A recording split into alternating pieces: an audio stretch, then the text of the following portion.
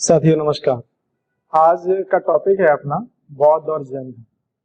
सबसे पहला प्रश्न यह है कि ये धर्म अस्तित्व में कैसे आए। उत्तर वैदिक काल में बढ़ती हुई जटिलताओं के विरोध स्वरूप। जटिलताएं कैसी? जटिलताओं का मतलब है कि उत्तर वैदिक काल में यज्ञ प्रारंभ हो गए, वर्ण व्यवस्था वंशानुगत हो गई, जाति व्यवस्था अस्तित्व में आ गई, कर्मकांड प्रभावी रूप से लागू हो गए, गोत्र व्यवस्था अस्तित्व में आ गई। जब यह यज्ञ प्रारंभ हुए तो यज्ञों में बलि, पशु बलि को अधिक महत्व दिया जाने लगा। एक एक यज्ञ में 5-5 प्रकार के पशुओं की बलि दी जाने लगी। ऐसी स्थिति में धर्म का स्वरूप विकृत नजर आने लगा।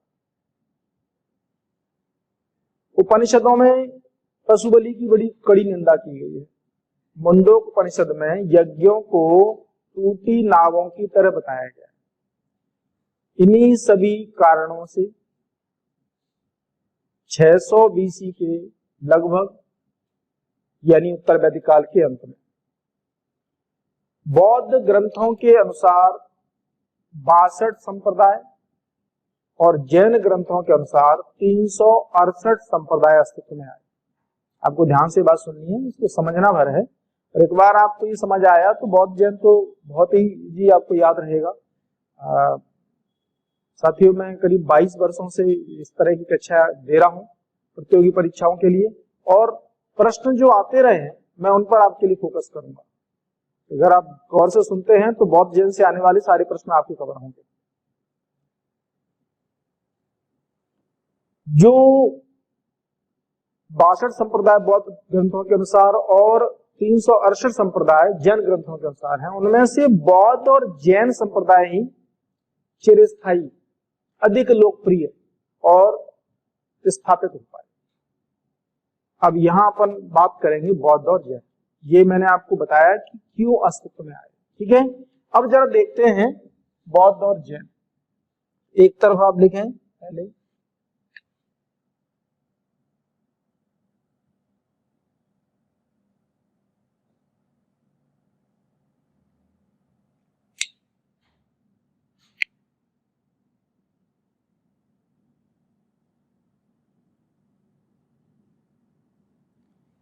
बौद्ध धर्म और जैन धर्म।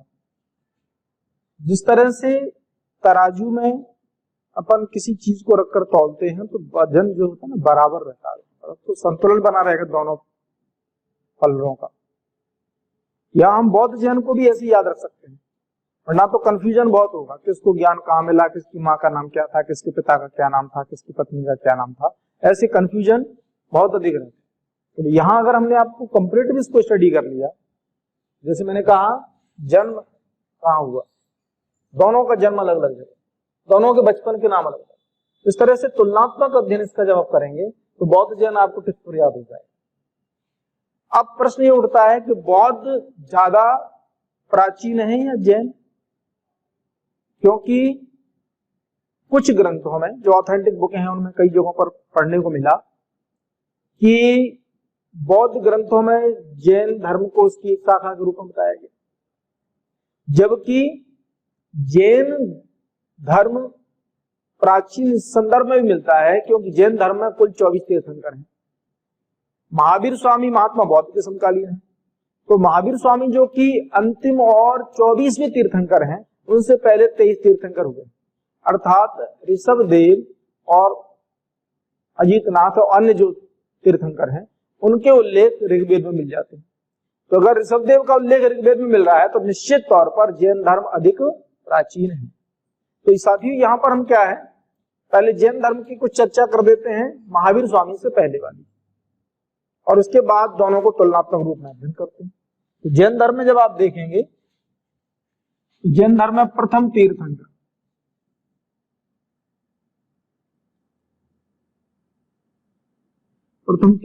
ऋषभदेव।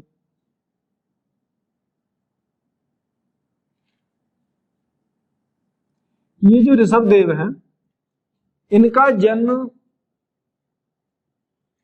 इक्ष्वाकु वंश यानी भगवान राम का जो वंश है उस वंश के क्षेत्र में हुआ, यानी अयोध्या में हुआ।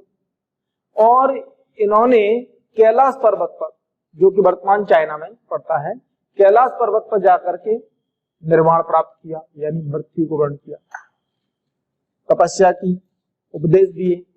इस तरह से उसके बाद आया फिर 23, ये हो गए आपके प्रथम। अब 23वें तीर्थंकर,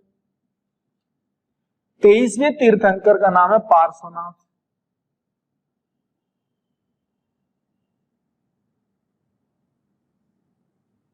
पार्श्वनाथ यह मूलतः काशी नरेश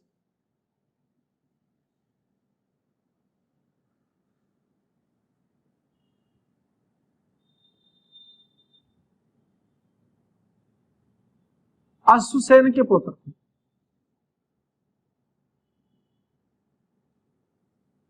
अश्वसेन के पुत्र थे पार्श्वनाथ जी। इनकी माता का नाम बामा, पत्नी का नाम प्रभावती।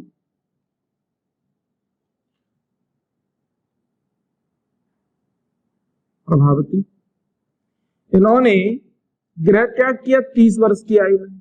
30 वर्ष में इन्होंने घर छोड़ दिया। राजकुमार थे, पिताजी काशी नरेश हैं। गृह त्याग के बाद 84 दिन की कठिन तपस्या की संवेद शिखर पर, और इन्हें ज्ञान मिला। ज्ञान के बाद इन्होंने उपदेश दिए। इनके शिष्यों को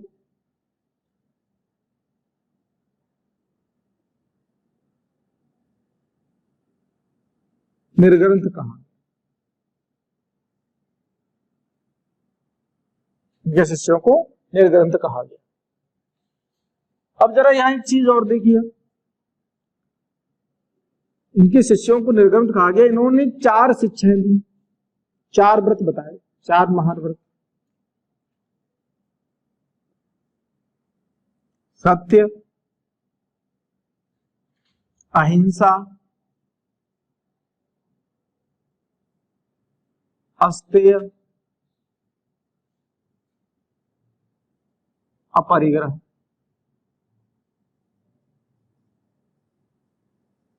बाद में महावीर स्वामी जी ने इन 4 को लिया और अपनी ब्रह्मचर्य को और जोड़ दिया। तो इन 5 का ब्यौरा मैं बताऊंगा, पर सत्य माने सच बोलना है और मधुर बोलना है। अहिंसा माने शारीरिक, वाचिक और मानसिक, मस्तिष्क में आने वाली भी हिंसा। कोई विचार आपने सोचा और किसी के बारे में बुरा सोचा कि इसको दंड देना है, इसकी तो मैं हत्या कर दूंगा या इसके साथ मैं ऐसा करूंगा, ये आपने हत्या की, एक तरह से क्या किया है, हिंसा की है। तो मानसिक, वाचिक, मैंने बोलकर किसी को गाली दी, कहा मैं इसको मार डालूंगा, मैं उसकी हत्या कर दूंगा, ये भी क्या आ गया, यह भी हिंसा में आता है। और शरीर से तो जब हम किसी को करते ही हैं, प्रताड़ित करते हैं, मारते हैं, तो हिंसा का। तो कायिक माने काया से, शरीर से, वाचिक माने मुंह से बोल करके, और मानसिक माने मस्तिष्क में आने वाली सभी प्रकार की हिंसाओं को रोकने की बात की गई, अहिंसा। अस्तेय, अस्तेय का मतलब है कि आप किसी भी व्यक्ति की, दूसरे व्यक्ति की संपत्ति पर, किसी अन्य व्यक्ति की संपत्ति पर अपना अतिक्रमण नहीं करना, अनावश्यक अतिक्रमण नहीं करना है। जब आपकी है नहीं तो आप उस पर अतिक्रमण नहीं करें। कब्जा करना, दूसरे के धन संपत्ति आदि पर अतिक्रमण करना ही क्या है, अस्तेय। अपरिग्रह, अपरिग्रह बेसिकली कहा गया है केवल जैन भिक्षुओं के लिए। जो जैन धर्म के भिक्षु हैं उनसे कहा गया है कि आपको जीवन में किसी भी तरह के धन का अर्जन नहीं करना है। डेली मांगना, डेली खाना है, संत बन के रहना है, साधना करनी है, आपको केवल तप करना है, आपको धन के पीछे नहीं दौड़ना है। बाद में महावीर स्वामी जी ने ब्रह्मचर्य को उसमें जोड़ा है। तो ये चूंकि 4 शिक्षा है इसलिए दी है पार्श्वनाथ। पार्श्वनाथ जी ने जैन धर्म को स्वव्यवस्थित, सुसंगठित और उसको एक निश्चित ढांचे के अंदर नियम बना करके संचालित करने का काम किया। इसीलिए इसको जैन धर्म को सुव्यवस्थित और संगठित करने का श्रेय पार्श्वनाथ जी को जाता है। इन्होंने ही पहली बार ये जो व्रत बताए, 4 व्रतों की बात की है। इस तरह से चूंकि इनका जो चिन्ह है वो क्या है, 5 मुख वाला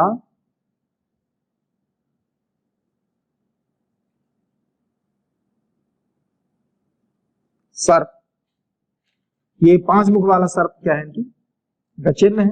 जहां कहीं भी इनकी आप मूर्ति आप देखेंगे तो पीछे इनके सिर के जो इस तरह से 5 मुख वाला सर्प बना हुआ है। जो पहले तीर्थंकर है इनका चिन्ह है सांड, ध्यान रखना आप, सांड, इनका क्या हो गया, सर्प। अब आएंगे अपन कहां पर, महावीर स्वामी के पास। साथियों अब महावीर स्वामी में जब अपन जैन धर्म पर आए हैं तो जैन का भी मतलब समझ लीजिए।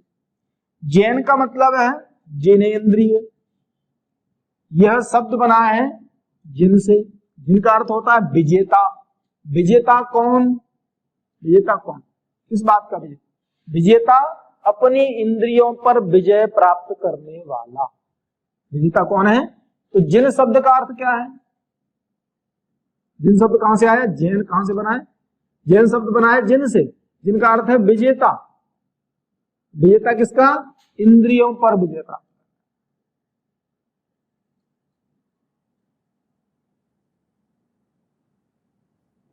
इस तरह से जैन धर्म के बारे में। अब यहां पर जैन धर्म का इससे पहले नाम क्या था, तो जैन धर्म का इससे पहले नाम था निर्ग्रंथ।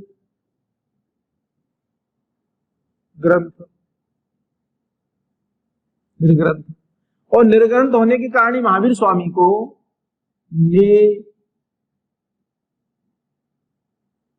निगंडनाथ या निर्ग्रंथनाथ कहा जाता है, निगंडनाथ या निर्ग्रंथनाथ कहा जाता है। तो महावीर स्वामी के लिए जिनेंद्रिय शब्द इस्तेमाल हुआ क्योंकि वो पहले व्यक्ति थे, सही मायने में जैन शब्द किसने दिया है, महावीर स्वामी ने दिया है। ये जैन धर्म के 24वें तीर्थंकर है। यहाँ पर इस सब पर अपन चर्चा करने वाले हैं। यहाँ पर क्योंकि मैंने शब्द को लेकर के बात की, अब मैं शुरू कर रहा हूं आपका कंपैरेटिव स्टडी, यानी कि तुलनात्मक अध्ययन। तुलनात्मक अध्ययन में आपको यहाँ क्या है, कुछ चीजें रटनी नहीं है, मैं थोड़ा सा एक चार्ट पर ही बात करूंगा आपके साथ। अपन 2 कॉलम बना लेते हैं, एक तरफ लिखते हैं बौद्ध, दूसरी तरफ जैन। जैन धर्म की, बौद्ध धर्म के प्रवर्तक कौन है, महात्मा बौद्ध।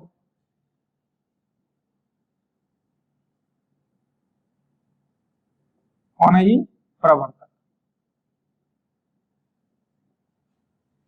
तो बताइए फिर इधर जैन धर्म के प्रवर्तक कौन माने जाते हैं, वास्तविक संस्थापक,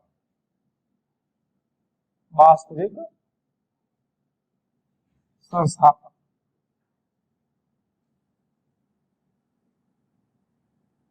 महावीर स्वामी। जैन धर्म में क्या है, महावीर स्वामी। अब जरा देखिए, ये बेसिकली क्या है, 24वें तीर्थंकर। महावीर स्वामी क्या है, 24वें तीर्थंकर, 24वें। चिन्ह क्या है इनका, चिन्ह है इनका सिंह, सिंह इनका चिन्ह। ठीक, महात्मा बौद्ध बौद्ध धर्म के प्रवर्तक। अब अपन चलते हैं जन्म पर। जन्म, इनका जन्म हुआ है 563 बीसी, बीसी माने ईसा पूर्व, 563 बीसी। जगह लुम्बिनी, नेपाल। ये लुम्बिनी बेसिकली एक जगह, कपिलवस्तु, कपिल, ठीक है, यहां इनका जन्म हुआ। महावीर स्वामी का जन्म देखते हैं। इनका जन्म के 2 आंकड़े मिलेंगे, 540 बीसी, ये आपको मिलेगा यूनिक श्रृंखला, यूनिक जो गाइड आती है, और एक जगह लीसेंट वगैरह में 599 मिल जाएगा, हो सकता है ऐसा भी कोई वेरिएशन मिल जाए, ठीक है ना, 599 जो भी है, 2 भिन्नता है। लेकिन जन्म कहां हुआ है, वैशाली के कुंडल ग्राम, वैशाली के कुंडल। दोनों का जन्म हुआ। ठीक है, अब लिखते हैं अपन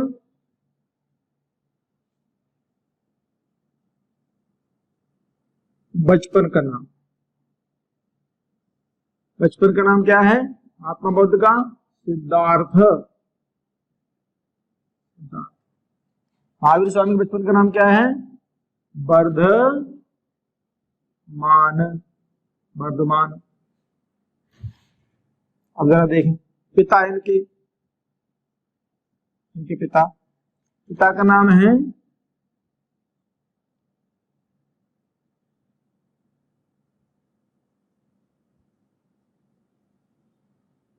शुद्धोधन।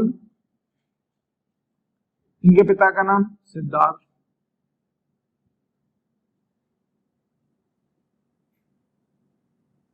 क्या हुआ, यहां जो इनके बचपन का नाम वो इनके पिता का नाम है, ध्यान रखना आपको। फिर आइए जरा देखें माता। माता का नाम महामाया। महामाया। पालन किया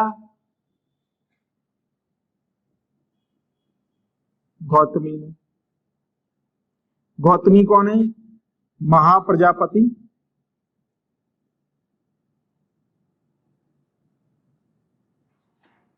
इनको कहा गया महाप्रजापति गौतमी, जो इनकी क्या है? मौसी है। बाद में राजा शुद्धोधन ने इनसे विवाह कर लिया। क्या किया? विवाह। विवाह किया तो क्या बन गई? विमाता। विमाता का मतलब क्या होता है? सौतेली मां।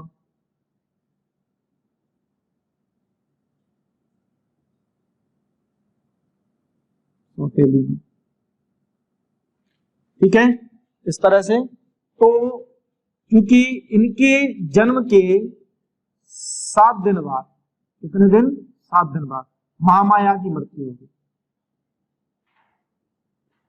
महात्मा बुद्ध के यानी सिद्धार्थ के जन्म के 7 दिन बाद महामाया की मृत्यु हो गई। इस बालक का पालन पोषण इनकी मौसी महाप्रजापति गौतमी ने किया। बाद में राजा शुद्धोधन ने अपनी जो साली थी, जो इनके बेटे का पालन कर रही थी, उससे विवाह कर लिया। तो ये क्या बन गई? विमाता। इधर आइए, महात्मा बुद्ध की, महावीर स्वामी की मां का नाम त्रिशला।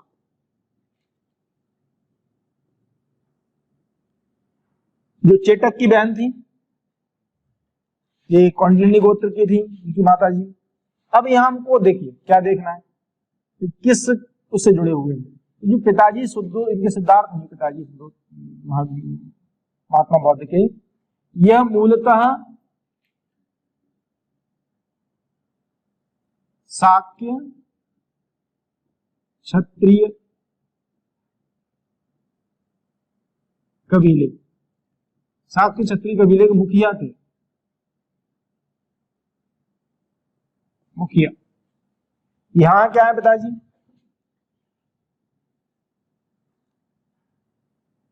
शाक्य क्षत्रिय कबीले के मुखिया।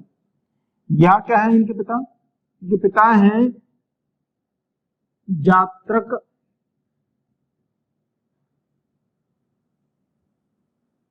क्षत्रिय। जात्रक क्षत्रिय कबीले के सदस्य।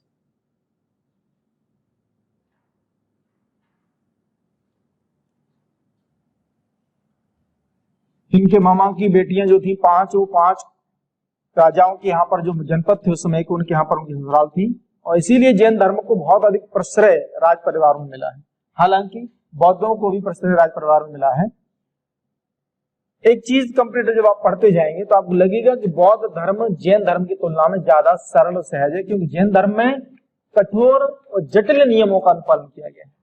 तो ज्यादातर फॉलोअर्स आज भी अगर आंकड़ा आप देखते हैं तो बौद्ध धर्म पूरे पूर्वी एशिया के देशों में, चीन में है, लाओस में, कंबोडिया में, थाईलैंड में, जापान में, सिंगापुर में, म्यांमार में, यूरोप, जो पूर्वी एशिया के जो देश हैं उन सब में, जबकि जैन आपको ज्यादा विस्तार नहीं मिलेगा। भारत में भी आंकड़ा देखेंगे तो भारत में बौद्धों की जो संख्या है वर्तमान में 0.79% है। जबकि जैनों की संख्या वर्तमान में रह गई है 0.39%। ये संख्या है भारत के अंदर। ठीक है, अब जरा देखिए, इनकी जो है माता हो गई, अब इनकी पत्नी का नाम लिखो। पत्नी यशोधरा, इनको गोपा,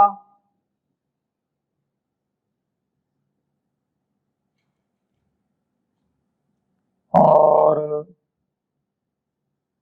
भदकच्छना,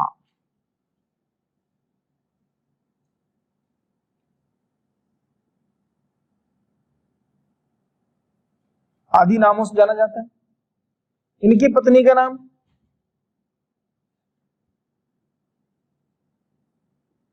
यशोदा, यशोधरा और यशोदा। इनके पुत्र का नाम, पुत्र का नाम है राहुल। इनकी पुत्री का नाम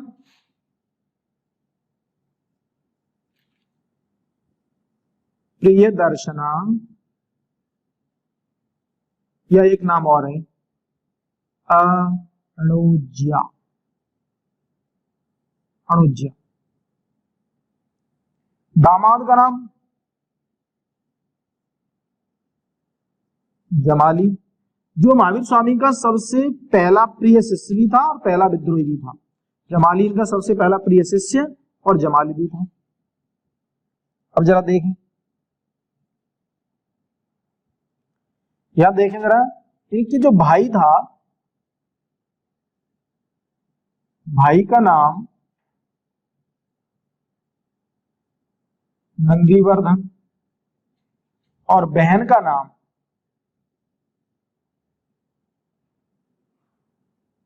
सौंदरानंद। यहां इनके भाई बहनों की कोई बात नहीं हो रही। ठीक है, अब जरा देख सकते हैं, यहां तक आ गए अपन। गृह त्याग,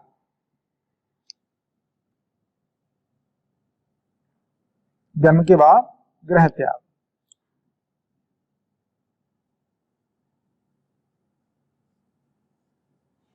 गृह त्याग किया इन्होंने 29 वर्ष में, 29 वर्ष की आयु में। ठीक है, यहां गृह त्याग 30 वर्ष की आयु में। भाई नंदीवर्धन से आज्ञा ली, आज्ञा किसे ली?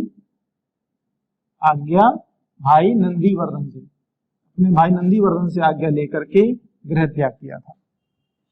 ठीक है, बौद्ध धर्म में गृह त्याग को कहा गया है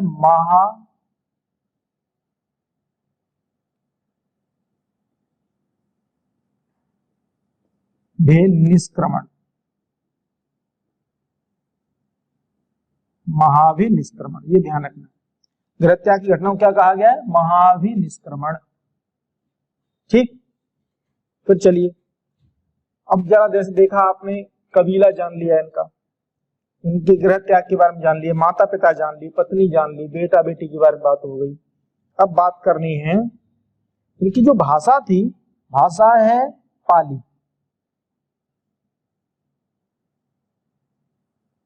बौद्ध धर्म की भाषा क्या है? पाली। जैन धर्म की भाषा क्या है? प्राकृत। प्राकृत। जो धार्मिक ग्रंथ है,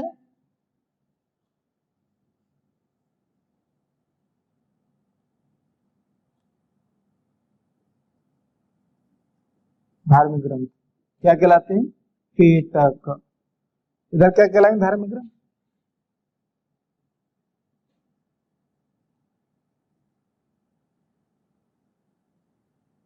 आगम। क्या कहलाते हैं? आगम। जैसे 12 अंग, 12 उपांग, 6 छेद सूत्र, 4 सूत्र, ये जो जैन धर्म में लिखे गए हैं, और बाकी के अन्य ग्रंथों की बात अपन करेंगे जिनमें इनकी जानकारी मिलती है। लेकिन भाषा कैसी है? प्राकृत। और यहाँ क्या कहलाते हैं? ये तो कहलाते हैं पिटक। पिटकों की संख्या 3 है। पिटक माने टोकरी, और वहां क्या कहलाते हैं? आगम। तो पिटक कितने हैं? 3, सुप्त पिटक, विनय पिटक, अभिधम पिटक, जो चर्चा अपन आगे करेंगे। अभी नीचे है जगह, चलिए देखते हैं। भाषा हो गई। अब देखिए, गृह त्याग किया, तो गृह त्याग के बाद महात्मा बौद्ध ने सबसे पहले गए अलार कलाम।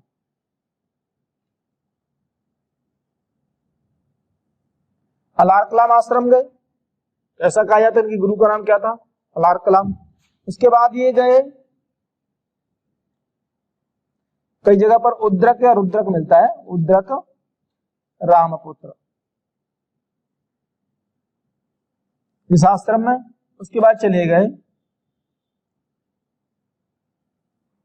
कुरुबेला। कुरुबेला माने क्या? बौद्ध गया।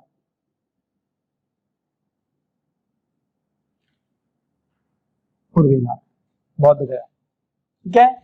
बौद्ध गया में, उर्बेला में इनको ज्ञान मिला गृह त्याग के, गृह त्याग के 6 वर्ष बाद 35 वर्ष की आयु, 35 वर्ष की आयु में, ठीक है। यहां देखते हैं, गृह त्याग के बाद इन्होंने 6 वर्षों तक, नाम सुना होगा आपने मौखली गौशाल।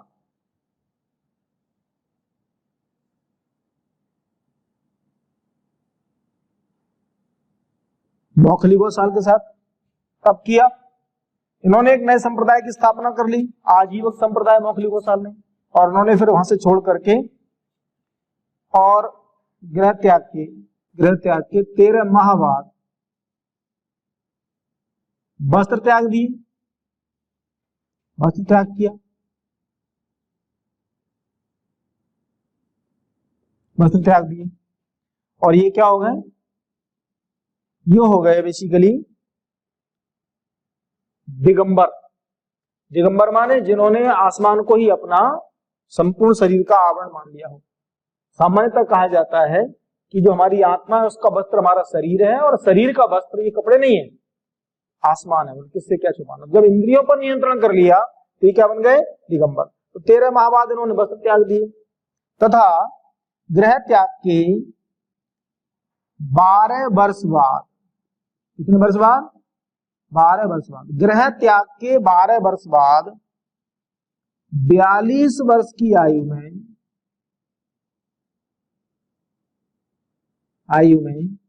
इनको ज्ञान प्राप्त हुआ। क्या मिला इनको?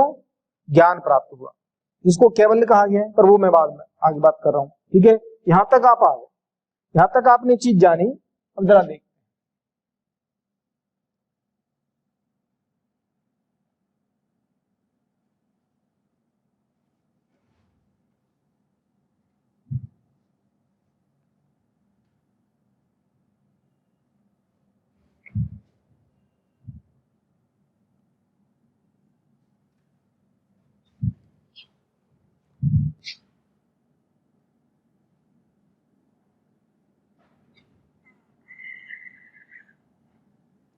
इसके बाद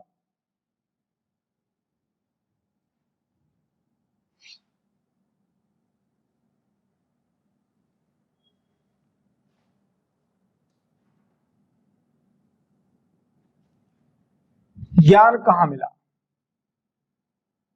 ज्ञान प्राप्ति, ज्ञान प्राप्त हुआ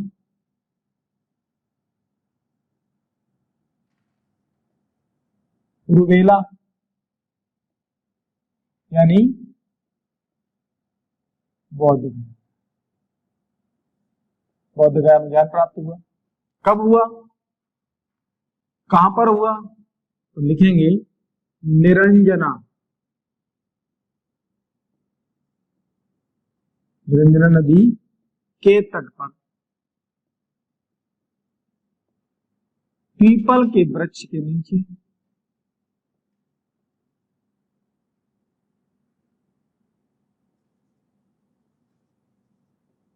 पीपल के वृक्ष के नीचे बौद्ध पूर्णिमा के दिन, यानी बैसाख पूर्णिमा, बौद्ध पूर्णिमा के दिन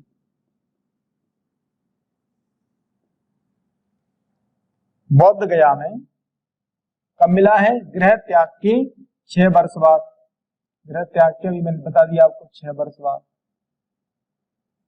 कितने वर्ष की आयु में? 35 वर्ष की आयु में। 35 वर्ष की आयु में निरंजना नदी के तट पर पीपल के वृक्ष के नीचे बौद्ध पूर्णिमा के दिन क्या मिला? ज्ञान प्राप्त हुआ, जिसे क्या कहा गया? निर्वाण या संबोधि भी कहा जाता है। संबोधि, ज्ञान प्राप्ति को क्या कहा गया? संबोधि, निर्वाण। निर्वाण का मतलब होता है कि अब हमें वो ज्ञान मिल गया जिससे हमें मोक्ष प्राप्त हो जाएगा, ये इसका आशय है। अब जरा जैन पर आए। गृह त्याग की 12 वर्ष बाद, 12 वर्ष बाद 42 वर्ष की आयु में, 42 वर्ष की आयु मैं बता दिया नीचे आपको। ऋजुपालिका, ऋजुपालिका नदी, ऋजुपालिका नदी के तट पर साल के वृक्ष के नीचे, साल के वृक्ष के नीचे, जगह का नाम है जराम्भिक, जराम्भिक गांव में।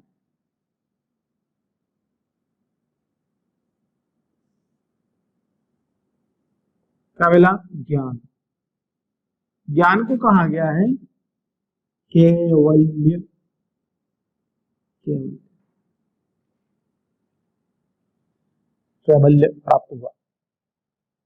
जैन धर्म में ज्ञान प्राप्ति कैवल्य, बौद्ध धर्म में ज्ञान प्राप्ति को निर्वाण या संबोधि कहा जाता है। इनको पीपल के वृक्ष के नीचे, उनको साल के वृक्ष के नीचे, इनको गृह त्याग के 6 वर्ष बाद, इनको गृह त्याग के 12 वर्ष बाद, इनको निरंजन नदी के तट पर, इनको ऋजुपालिका नदी के तट पर, इनको 35 वर्ष की आयु में, इनको 42 वर्ष की आयु में गृह त्याग के बाद 42 वर्ष की आयु में ज्ञान प्राप्त हुआ है। जैसे ज्ञान मिला है तो अब हम देखते हैं ज्ञान के बाद क्या है। यहाँ ज्ञान मिला तो इन्होंने 2 व्यापारी थे बंजारा, उनको पहले ही उर्वेला में ही 2 लोगों को दीक्षा दी।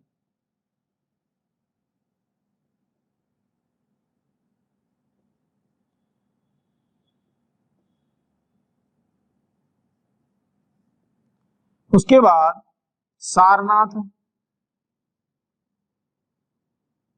सारनाथ को कहते हैं ऋषिपत्तन, कहते हैं ऋषिपत्तन।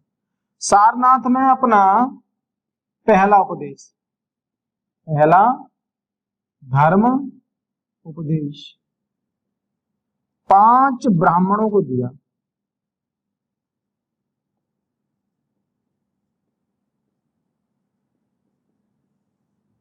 5 ब्राह्मणों को दिया, जिसे धर्म चक्र प्रवर्तन कहा जाता है। क्या कहते हैं? धर्म चक्र प्रवर्तन कहा जाता है।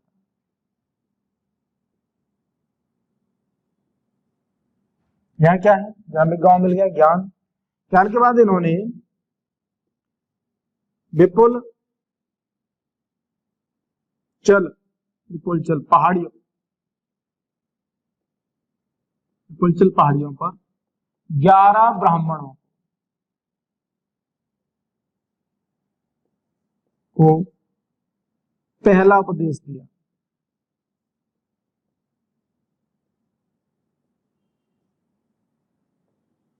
देखिए, ठीक है, यहां अपनी बात जान ली। बौद्ध धर्म के त्रिरत्न, अभी उपदेश की बात हो गई, मैं आगे इस पर चर्चा करूंगा आगे। इसके त्रिरत्न क्या है? त्रिरत्न बौद्ध, धम्म, संघ, ये इसके मूल 3 रत्न हैं। बौद्ध, बौद्ध माने ज्ञानी बनो, धम्म यानी इस धर्म की बात करनी है, और संघ के रूप में रहना। ठीक। जैन धर्म के क्या त्रिरत्न? पहला है सम्यक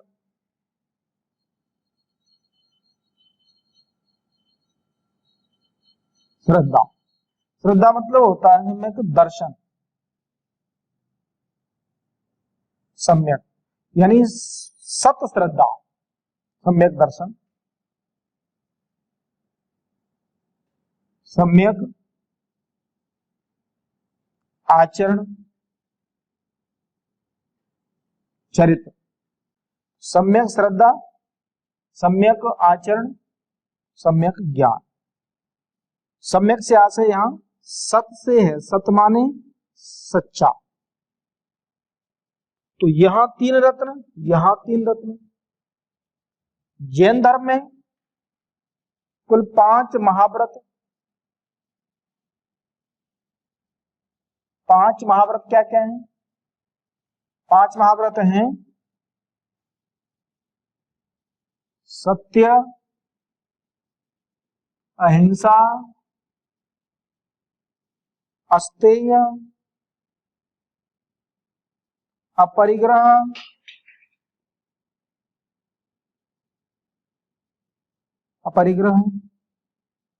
और ब्रह्मचर्य।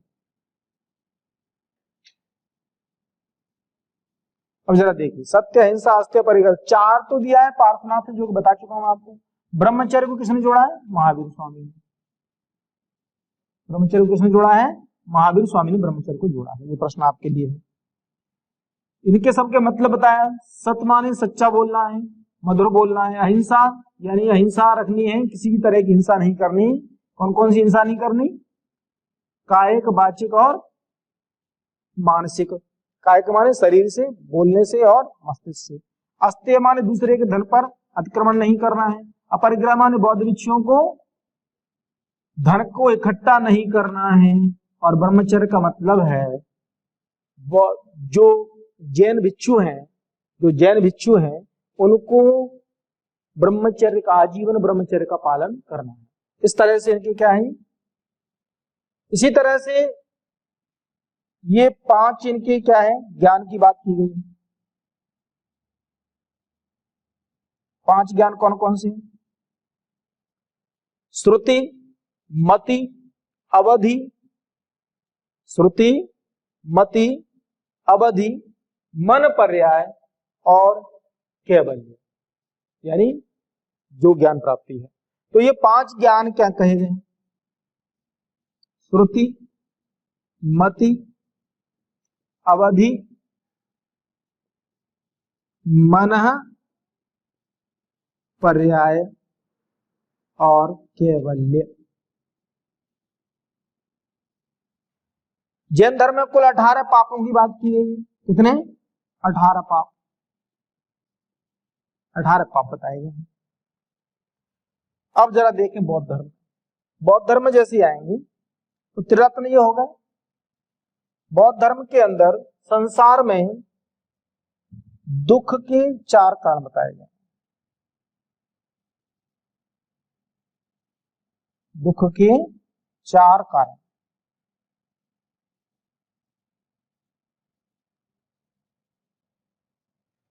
दुख के क्या 4 कारण है? सबसे पहले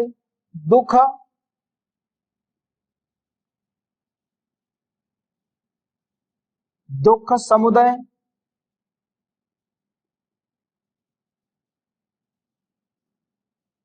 दुख निरोध और दुख निरोध गामिनी प्रतिपदा।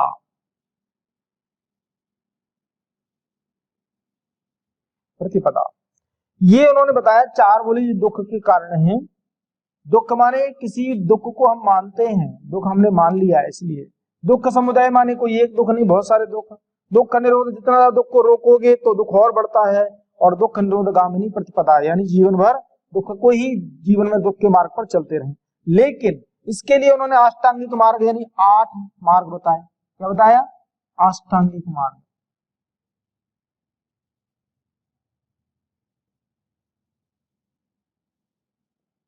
महात्मा बौद्ध ने दुख के क्या बताया है? अष्टांगिक मार्ग। और उन्होंने कहा कि संपूर्ण दुख का एक ही कारण है, इन सब का एक कारण है, वो है जरा मरण। जन्म और दो अर्थ निकलते हैं यहाँ पे। एक तो निकलता है जन्म और मृत्यु, एक कहते हैं जरा माने वृद्धावस्था। वृद्धावस्था और मरण से ही व्यक्ति के अंदर दुख होता रहता है कि मैं वृद्ध होऊंगा और मुझे मरना है, तो ये उसके दुख का मूल कारण है। अगर ये ना हो तो वो कभी दुखी ना हो। तो इस तरह से क्या है, दुख के कारणों के बारे में यहाँ चर्चा हुई। महात्मा बौद्ध राजकुमार थे, उनकी पत्नी का नाम आपको पता है यशोधरा। मैत्रेयी गुप्त ने इनके ऊपर एक रचना लिखी है यशोधरा, और उसमें लिखा है सखी वो मुझसे कहकर जाते। तो यहाँ पर जो विचार वो कहा गया है कि जीवन भर सुख को देखने वाले महात्मा बौद्ध जब एक बार भ्रमण के लिए निकले तो उन्होंने चार अवस्थाओं को देखा। चार तरह के लोग मिले। सबसे पहले उनसे एक वृद्ध मिला, तो उन्होंने अपने मंत्रियों से, सलाहकारों से जो उनके साथ गए थे, उनसे पूछा कि ये कौन है। बोले एक वृद्ध आदमी है। और प्रत्येक व्यक्ति बोले जैसे आप हैं, आगे बड़े होने के बाद में आप वृद्ध होकर के ऐसे ही हो जाए। बोले अच्छा, ये होती है वृद्धावस्था। आगे चले तो फिर उन्हें एक कोढ़ी या रोगी व्यक्ति मिला। उन्होंने कहा ये कौन है। बोले ये रोगी है। रोग किसी को भी हो सकता है महाराज, वो आपको भी हो सकता है। तो जब अपने सलाहकारों की विचारों को या जो उनके साथ में थे उनके विचारों को जाना तो उससे भी आहत हुई। अच्छा, कभी भी मैं रोगी हो सकता हूं तो मेरे शरीर का ये हाल होगा। वो आदमी भी दुखी, तो यानी वृद्ध आदमी वो भी रो रहा था, दुखी हो रहा था। फिर उसके बाद एक रोगी को देखा, वो भी दुखी था। आगे बढ़े तो चार लोग कंधों पर एक सबको रखकर लेके जा रहे थे और रो रहे थे जोर जोर से, राम नाम सत्य के नारे लगा रहे थे, जयकारे बोल रहे थे। तो उन्होंने पूछा ये क्या है। बोले ये व्यक्ति को मृत्यु का वर्ण हुआ है, व्यक्ति मृत्यु को प्राप्त हो गया है, इसलिए इसके घर वाले क्या दुखी हो रहे हैं। बोले अच्छा, मरना भी सुनिश्चित है। बोले पक्का। सबको रोते देखा। अंत में जाके एक सन्यासी उन्हें मिले, और सन्यासी को जब देखा तो सन्यासी क्या खुश था और कह रहा था ईश्वर ने भेजा है, भगवान का नाम जितने दिन ले लें वही हमारे लिए अच्छा है। बस वहीं से उनका हृदय परिवर्तन हुआ और उसके बाद उन्होंने तय कर लिया कि मुझे तो सन्यासी ही बनना है। सन्यासी बनने के लिए उन्होंने कई बार प्रयास किए, लेकिन पत्नी ने कहा कि आप ऐसे नहीं जा सकते, आपको अगर सन्यासी होना था तो पहले होते। आपने मेरा जीवन क्यों खराब किया। क्योंकि 16 वर्ष की आयु में इनका विवाह हुआ था। तो ऐसे दबाव में उन्होंने रात्रि का समय चुना कि जब बच्चा सो रहा होगा, पत्नी सो रही होगी, तब मैं निकल के जाऊंगा। तो अपने घुड़सवार को लेकर साथ में गए और अपने वस्त्रों को उतार कर उसे दे दिया, घोड़ा उसे दे दिया, और अपने स्वयं ने अपने जो घोड़े का रखाव करने वाला, घोड़े को देखने वाला जो व्यक्ति नौकर था, उसके वस्त्र धारण करके हिमालय की तलहटी में बहुत जो है तपस्या के लिए निकल गए। जैसा कि मैंने कहा, सबसे पहले वो अलार कलाम आश्रम पहुंचे, उसके बाद उद्रक रामपुत्र आश्रम पहुंचे, उसके बाद उन्होंने उर्वेला पहुंच करके, ऐसा कहते हैं, बिना भोजन और जल के कठिन तपस्या की, और तपस्या के बाद उन्हें ज्ञान प्राप्त हुआ। ज्ञान क्या मिला यह बताना एक आध्यात्मिक विषय है। बस ज्ञान प्राप्त हुआ, जिसके बाद उन्होंने लोगों को क्या किया है, अपने उपदेशों से, अपने ज्ञान से प्रेरित किया, आगे बढ़ाया। अब जरा साथियों देखते हैं अपन इसमें क्या और महत्वपूर्ण है।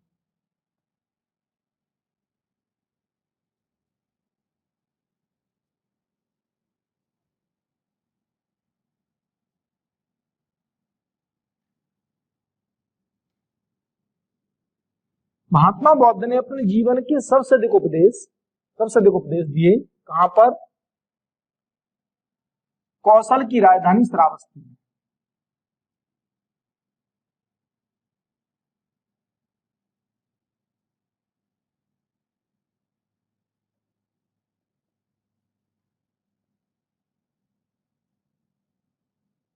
श्रावस्ती में उन्होंने अपने जीवन के, ऐसा कहते हैं, 10 सावन गुजारे।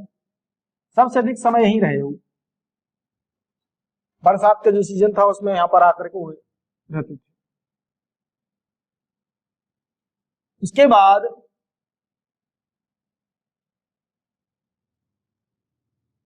उन्होंने अपने भाई आनंद को, इनका भाई कैसे, इनकी जो विमाता थी गौतमी उनका पुत्र था, तो आनंद को अपने संघ में शामिल किया।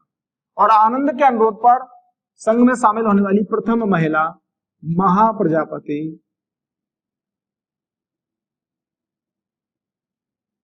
गौतमी, यानी गौतमी बौद्ध धर्म ग्रहण करने वाली प्रथम महिला थी।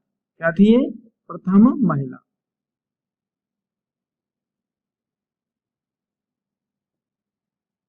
महात्मा बुद्ध के सबसे प्रिय शिष्य का नाम आनंद था। इसके अलावा उपाली का नाम सुना होगा, मोदग्लायन का नाम सुना होगा, सारिपुत्र का नाम, ये सभी क्या है इनके प्रिय शिष्य थे। उनमें सबसे ज्यादा प्रिय आनंद था। आनंद इनका क्या है?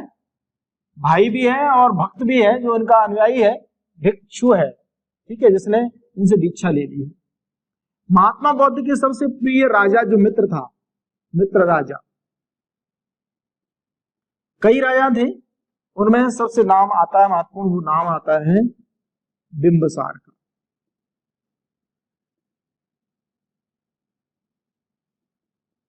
बिंबिसार जो मगध का राजा था।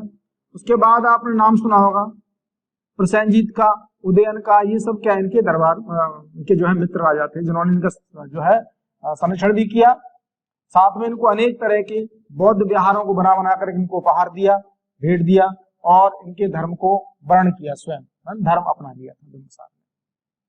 उसके बाद देखिए तो बौद्ध धर्म ग्रहण करने वाली प्रथम महिला कौन हो गई? गौतमी हो गई। सबसे ज्यादा उपदेश इनके हो गए, और ऐसा कहते हैं कि 483 में पावापुरी में कुशीनारा में, पावापुरी महावीर स्वामी का कुशीनारा में, यानी कुशीनगर, देवरिया, उत्तर प्रदेश, यह एक शापित नगर था। इस नगर में किसी व्यक्ति की मृत्यु होने पर कहा जाता नरक में जाएगा। तो महात्मा बुद्ध ने चुना कि मैं जाके कुशीनारा में ही मरूंगा और वहीं अपने प्राणों को त्याग करूंगा, ताकि ये लोगों के भ्रम खत्म हो जाए कि कुशीनारा मरने वाला व्यक्ति नरक में जाता है। मैं आपको बता दूं साथियों, इतिहास में ऐसे कई प्रमाण आपको मिलेंगे, जैसे महात्मा बुद्ध का कुशीनारा को लेकर है, या महावीर स्वामी को का पावापुरी को लेकर है, या फिर कबीर का मगहर को लेकर है। मगहर में मरने वाले व्यक्ति नरक में जाते थे, ऐसी मान्यता थी। कबीर ने कहा कि यदि मैं जाकर देखना चाहता हूं कि अगर मैं मगहर में मरूंगा तो नरक में जाऊंगा, नरक में देखता हूं क्या मिलेगा, क्योंकि मैंने जीवन में कुछ ऐसा किया ही नहीं, मैं तो ईश्वर की भक्ति करता रहा और मैंने केवल सच्चे मन से ईश्वर को याद किया है, तो अगर इसके बाद भी नरक मिलता है तो नरक ही स्वीकार करूंगा मैं। तो यह क्या है, इस तरह की भ्रांतियों को तोड़ने के लिए, तो यहाँ इनको क्या है, इनकी मृत्यु हुई।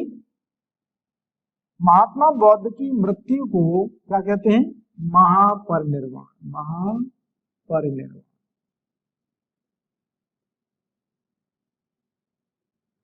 ये जो महापरिनिर्वाण है, इसको मृत्यु मोक्ष कहा गया है, महामोक्ष कहा गया है।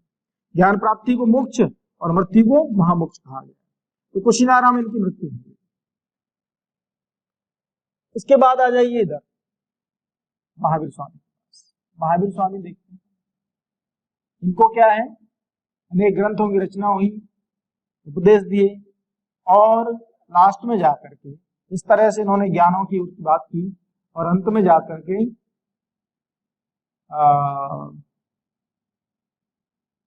468 BC में हम कंपेरेटिव करेंगे कहां से, या तो 599 लेते हैं, 468, तो यदि आपने 540 लिया है तो 427, दो डेट इनकी डेथ की है। कहां पर हुई? पावापुरी में। पावापुरी में मृत्यु को कहा जाता है निर्वाण। कैवल्य माने ज्ञान है जो मोक्ष का मार्ग है, मृत्यु क्या है? मोक्ष है। यानी कैवल्य क्या करता है? कैवल्य है शिक्षा, जो हमें क्या दिला रही है? मोक्ष दिला रही है। तो जब जैन दर्शन की शिक्षा की परिभाषा आती है तो उसमें यही कहा जाता है कि जैन धर्म के अनुसार शिक्षा क्या है? जो हमें मोक्ष दिलाए, अर्थात निर्वाण मानी क्या? मोक्ष। निर्वाण मानी मृत्यु। इस तरह से जैन धर्म है। अब जरा देखेंगे आप यहाँ पर कंपैरेटिव करके संगीतियों की बारे में बात करेंगे। संगीति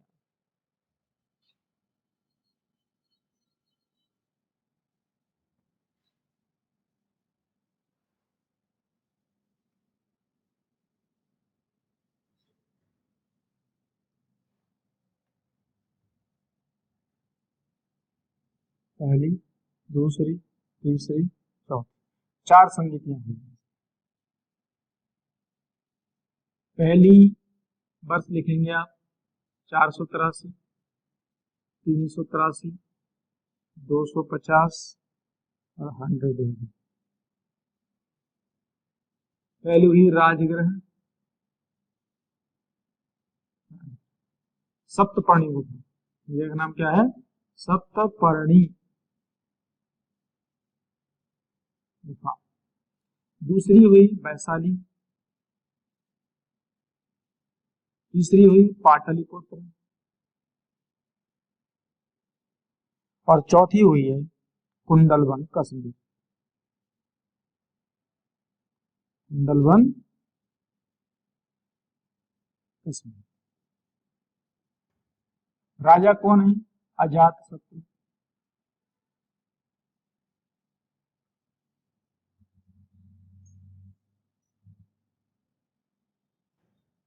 अजातशत्रु। यहाँ पर कौन है? कालाशोक। यहाँ पर है महान अशोक। यहाँ पर है कनिष्क। ठीक। अब जरा देखिए, अध्यक्षता महाकश्यप। महाकश्यप अध्यक्षता किए यहाँ पर। दूसरे में सर्वकामी। सर्वकामी। तीसरे में है मोगली पुत्र तिष्य। मोगली पुत्र तिष्य। चौथे में है वसुमित्र। उपाध्यक्ष अश्वघोष। अश्वघोष उपाध्यक्ष। ठीक है। अब पहली जो संगीति हुई उसमें क्या है? सुक्त पिटक और विनय पिटक लिखी। सुक्त पिटक और विनय पिटक। इन दो में जो है ना, दूसरी वाली संगीति में दो शाखाओं बट गया बौद्ध धर्म, स्थविर और महासांगिक। फिर कठोर नियम बनाए गए ताकि विभाजन ना हो। अब धम्म पिटक।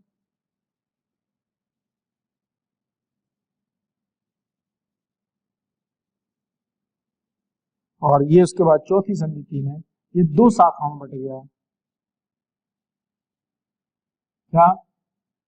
हीनयान और महायान। तो देखें, यहां पर आप एक चीज और जान लेंगे। पाल वंश के काल में, पाल वंश के काल में बंगाल बौद्ध धर्म की वज्रयान शाखा का, वज्रयान शाखा का उदय हुआ।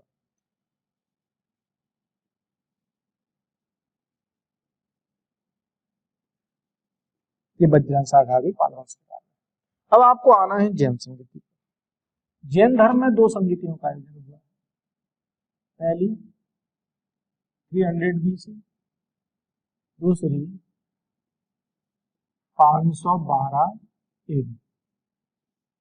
ये जो है पाटलिपुत्र,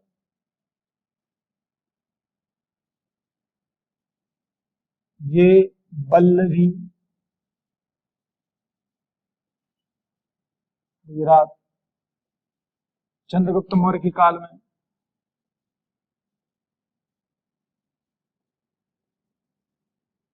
चंद्रगुप्त मौर्य का काल है। यह उत्तर गुप्त काल है, यानी कोई शक्तिशाली राजा नहीं, उत्तर गुप्त काल। जरा देखें, यहाँ पर जब आप देखेंगे तो इसमें एक तो जैन धर्मों का आगमों का क्या किया? संकलन किया गया है। संकलन के साथ साथ इसी समय पर पहली संगीति में ही इसकी अध्यक्षता की थी स्थूलभद्र ने। अध्यक्षता किसने की है? स्थूलभद्र। इसकी अध्यक्षता किसने की है? देवार्धी क्षमा श्रवण।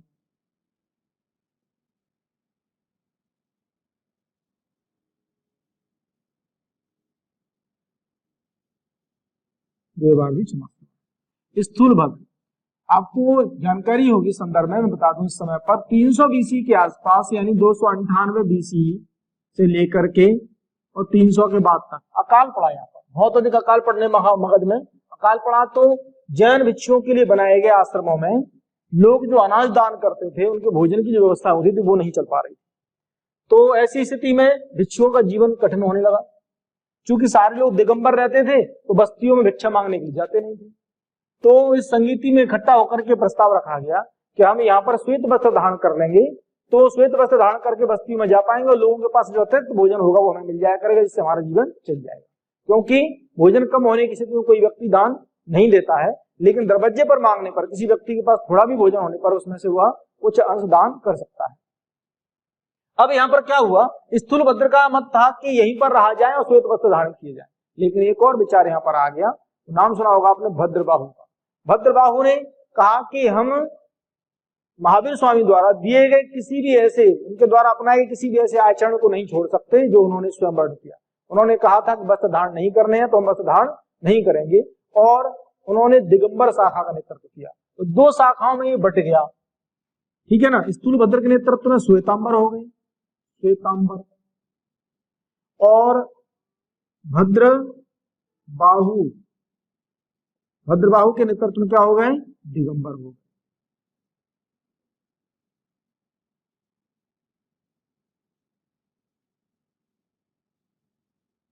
दिगंबर। अब इस स्थिति में देखें जरा, दिगंबर कहां गए, श्वेतांबर कहां रहे। श्वेतांबर हो गए आपके उत्तर भारत के मगध क्षेत्र में, यही स्थूलभद्र के नेतृत्व में। भद्रबाहु के नेतृत्व में दिगंबर शाखा के लोग चले गए कर्नाटक के श्रवणबेलगोला। इसी समय पर महान सम्राट चंद्रगुप्त मौर्य ने भी अपने बेटे बिंदुसार को गद्दी सौंप दी और घर छोड़ करके जाने लगा। और ऐसी स्थिति में उसने क्या किया, गृह त्याग कर दिया। गृह त्याग करने के बाद में चला गया बौद्ध धर्म, भद्रबाहु के साथ धर्म की दीक्षा ले ली और जाकर के उन्होंने कर्नाटक के श्रवणबेलगोला में चंद्रगिरी पहाड़ियों में चंद्रपुरी नगरी बसाई और वहां जाकर के काया क्लेश के माध्यम से प्राणों का उत्सर्ग कर दिया। साथ ही इस तरह से बौद्ध और जैन धर्म की जो कंपैरेटिव स्टडी है, उससे आपको दोनों की संगीतियों के बारे में और उनकी ग्रंथों के बारे में, ग्रंथ क्या है, उनकी भाषा क्या है ना, ये सब तुलनात्मक रूप में आपको मैंने बताया। नेक्स्ट वीडियो में आपके आगे जो भी टॉपिक रहेगा उसमें आगे आपसे चर्चा करूंगा। वीडियो को ध्यान से देखें, आपका प्रेम स्नेह मिलता रहे। वीडियो चैनल को सब्सक्राइब करें। तक्षशिला इंस्टीट्यूट ग्वालियर के नाम से यूट्यूब पर ये चैनल आपके लिए अवेलेबल है। आप इस पर जाकर के मेरी सारी वीडियो इससे पहले जो मैंने डाली है, ये हिस्ट्री का 5वां वीडियो, इससे पहले 4 वीडियो आपके लिए डाल चुका हूँ। 4 क्लासेस आपकी हो चुकी है, ये 5वां क्लास है, उसको देखें। और जहां भी आपको प्रॉब्लम आ रही है आप मेरे को उसमें अपने कमेंट डाल सकते हैं, पूछ सकते हैं क्वेश्चन।